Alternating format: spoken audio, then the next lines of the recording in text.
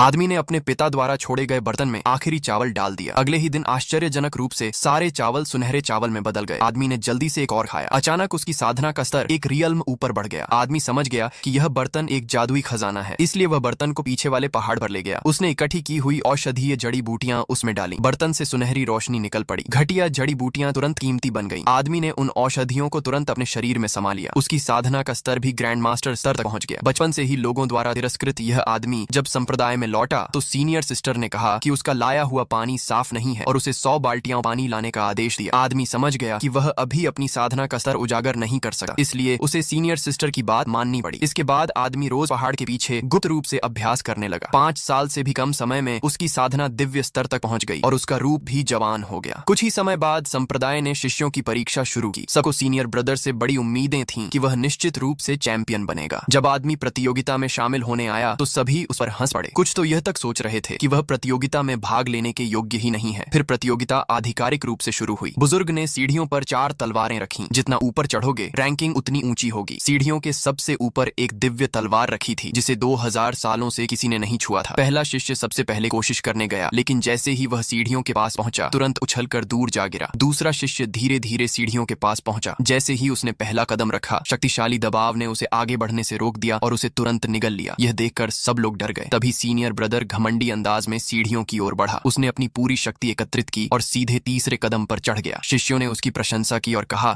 कि वह निश्चित ही पहला स्थान प्राप्त करेगा। इसके बाद सीनियर ब्रदर ने पूरी ताकत लगाकर 8वें कदम तक पहुंच लिया। वह वहां खड़ा होकर सबको दिखावा करने लगा और आदमी का मजाक उड़ाते हुए बोला कि वह अपनी पूरी जिंदगी में भी उसकी साधना का आधा स्तर नहीं छू पाएगा। लेकिन अचानक आदमी ने अपने शरीर की शक्ति को केंद्रित किया और 1 सेकंड से भी कम समय में वह सीनियर ब्रदर के पीछे खड़ा था।